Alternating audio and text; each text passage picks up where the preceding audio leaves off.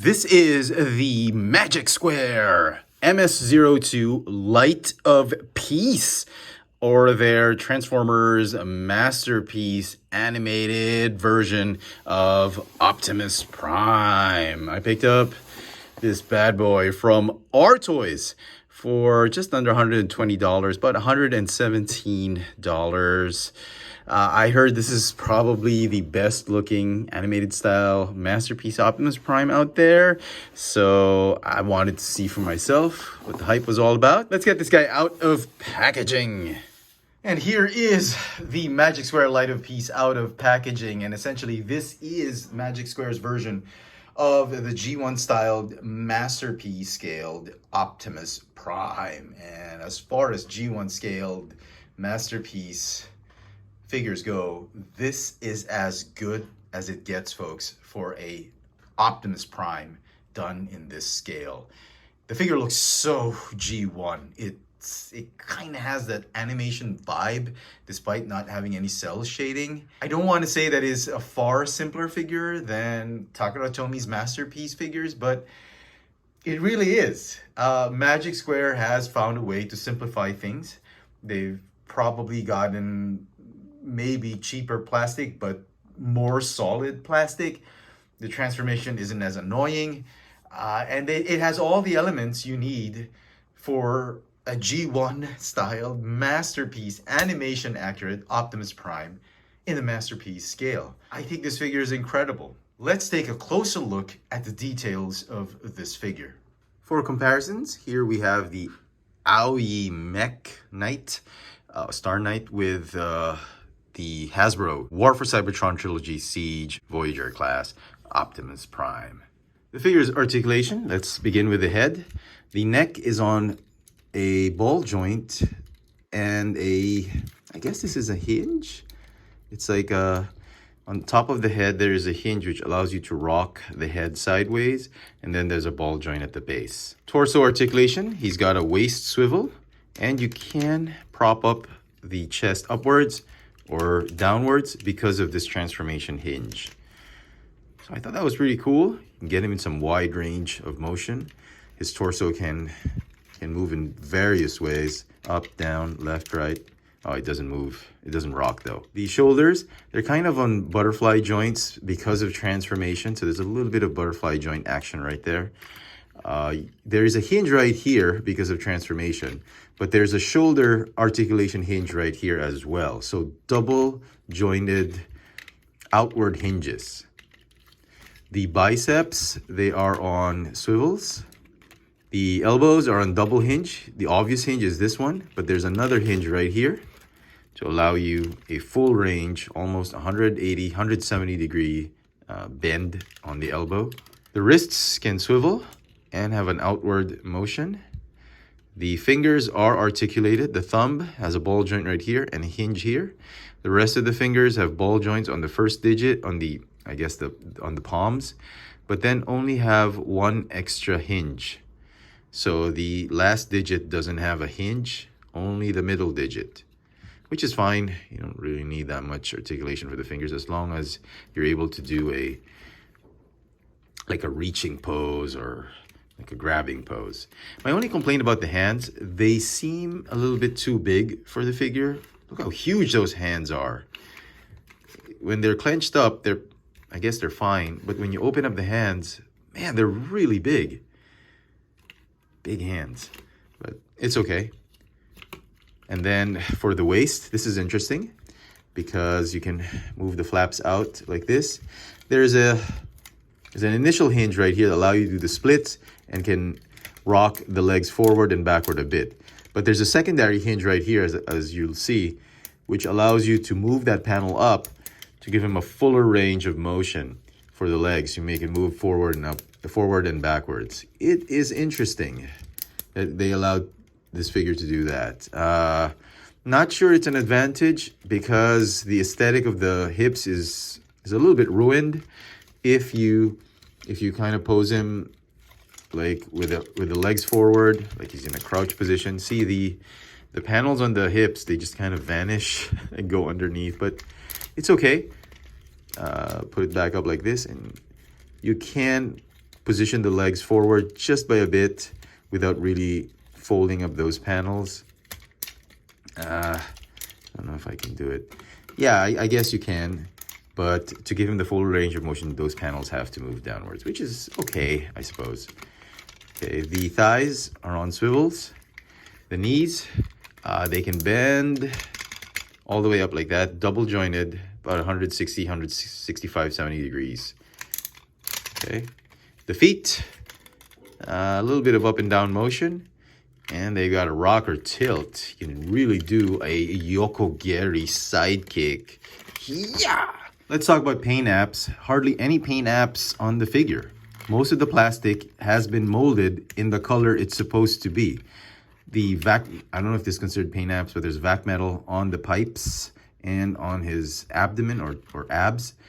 There's a little bit of paint on the head sculpt. Beautiful, beautiful head sculpt. The horns or the antennae, they're a little soft, but not soft PVC material like Hasbro. It just has a little bit of a give, but it's firm enough to stay in place and upright. There's paint right here on his crest, on his eyes. It's a beautiful, beautiful head sculpt of G1 Optimus Prime. Very, very cartoon accurate. A little bit of paint apps here. There's paint apps on the hip piece. That's about it, as far as I can tell. I don't see any more paint apps on this figure, which is great because they don't have to sacrifice any quality on the paint. They just molded them in the correct color. I wish there were paint apps here though. Some yellow bits right there, but it doesn't matter because in the cartoon we hardly see that yellow. It's only in the toy. And he's missing an Autobot faction symbol right here, which is an easy fix. If you go repro labels, you can buy stickers online. That's an easy fix. Now, let's talk about plastic quality. I know you guys are probably sick and tired of me talking about plastic quality, but let me just talk about this one for a second. The best way to show it is through this panel right here. And it's not, I don't know how to describe it. It's definitely not, it's not cheap, or it doesn't feel cheap. This panel right here is probably the best way to describe plastic quality. Plastic is super solid. I can tell you that. It's very, very solid. I get my trusty pencil right here. Listen to the trill of this plastic.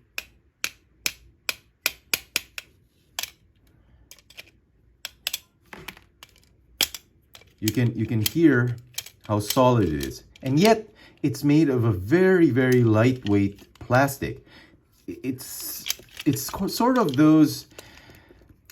The best way I can describe it is if you go to a bookstore or a stationery shop and you're buying those pencil holders or those stationery holders or memo holders that you put on your desk. And that's how sturdy the plastic is. Those plastic holders that you put your cards on, that's how sturdy this plastic is. It doesn't feel like it's 3D printed. It's not soft at all. It's very hard, but it's not brittle. Obviously you can snap this if you try and bend it too much. Obviously you'll snap it off, but it will stay. The shape will hold. It's very solid. It feels very premium, and at the same time, very, very lightweight, so that you don't have to worry about this figure like being too heavy on the shelf or dropping or anything like that. But that's the best way I can describe the plastic. Do I like it? Yeah, sure I do. I think it's a great move on Magic Square to come up with this kind of plastic. It'll save them cost, and yet it'll give them a very, very solid material to work with. All right, so transformation. There's a little bit of a complexity to it, but it's not as annoying as some of the masterpiece figures from Hasbro and Takara Tomy. Okay, so first thing you want to do, just put the arms off to the side. You want to rotate the bicep inwards about 90 degrees, and then the forearm gets rotated as well inward. So you got to rotate them one at a time. So bicep first, and then the forearm next. Okay, and then you want to pop these panels out like this. Just fold them off, just raise them up like that. And then the fists, they're going to just fold inside. Same thing on the other side. Go ahead and pop the panels out You're just gonna float like that, and then the fists are gonna fold up like this. Okay, why don't we detach this bit right here, the backpack. All right, just leave that off there. The chest cavity is gonna open up like this. Okay, and then this matrix is gonna rotate, and then you're gonna pull out the abdomen piece. Be careful, it's just very thin peg that's just connecting that. Okay, I guess you can rotate the chest pieces for now. These bits right here, they're gonna fold out like that. Fold out the doors. Anything here, fold out the doors. Okay, and then you wanna lift the whole torso area just so you have space to maneuver.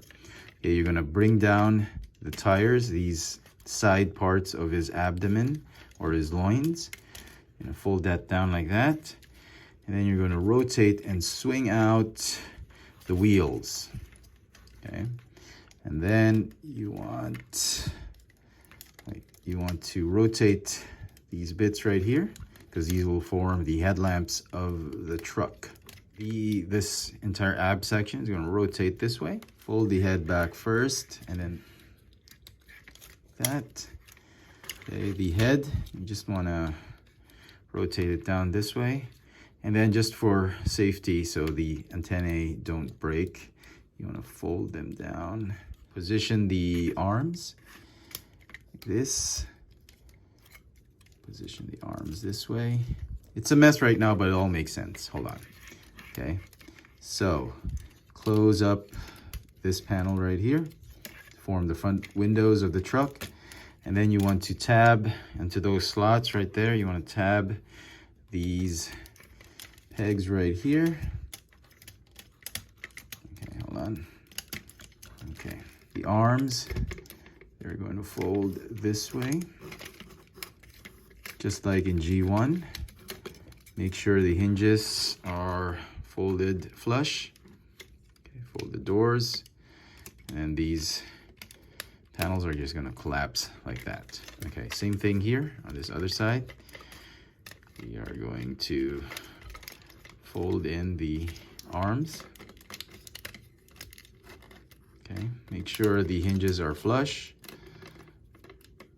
Okay, and then these panels right here are going to collapse and fold the side part of the truck. Okay, now this back piece right here is rear end. You're gonna rotate it like this, and then I guess the booster pack, the jet pack, is gonna rotate.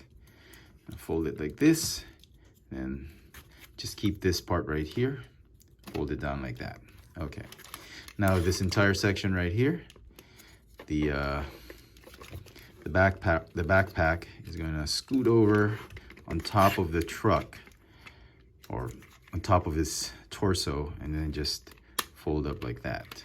And then this part right here is going to fold in. You see those small tabs right there? They're going to tab onto the shoulders. And this section right here, that's going to slot into these notches right here. That's your guide. So it doesn't matter how you bend the hinges on the torso. This is the most important part. You need to find a way to tab in the rear end, the swiveled rear end, onto that jet pack. And once you've done that, you're good to go. Onto the legs. Rotate these chrome bits right here, and then you can safely untab these panels. Okay, and then tab. Okay, the panels are going to fold in onto themselves. That, and you're just gonna let them float like that. Okay, the feet, at this point, maybe we can rotate the feet, this, and then the wheel section, you're gonna slide them out. But to do that, you need some clearance, so move the shin bits a little bit upward. That's where we're gonna end up anyway. So slide out these wheels, fold out the chrome bits, okay, and then rotate, okay, And then you go ahead and complete the transformation by folding the shin parts on top of the thighs. And those original chrome bits, they're going to be under the new chrome bits. And then this, you see the dovetail tab? This piece is going to tab onto that. Okay, now these compressed panels, they're going to tab onto the back part of the leg. And then right here, you're going to slot in the tabs onto the shins. So don't tab them downwards, you got to slide them sidewards, okay?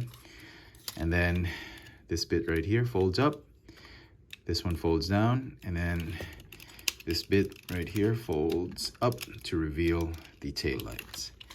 And that's one leg done. So do the same. Go ahead and put some clearance here. Slide out the wheel bits. Okay. And then go ahead and rotate. Okay. Now at this point, while there's still some space, you want to tab the legs together, because once you put this down, it's very difficult to reach in and then just tab these pieces right here. So right there. Okay. Once you've done that, go ahead and finish off the transformation as what we did in the other leg. Like I said, these need to tab sidewards. Just like this, you gotta tab it onto that dovetail. Okay. And then the feet, finally, just fold, fold, and then reveal the tail lights. And essentially, that is the truck mode. It's a cool looking G1 styled Optimus Prime truck. Now I like to keep things this way. That's just me, but the instructions say to complete the transformation, you gotta fold the smokestacks out like this, fold them out like that. Even if you don't do that, it still looks great, but if you want a more accurate looking truck, you could do that. Same with these side view mirrors. I'm actually okay just having them folded in, but if you want some accuracy, you can obviously fold them out. Okay, so great looking truck mode, lots of vac metal pieces. Even the rims are vac metal chrome. The wheels are made of rubber, very cool. And he rolls very, very smoothly. I mean, look at how compressed this alt mode is. It's a squarish looking truck mode. Lots of chrome bits everywhere.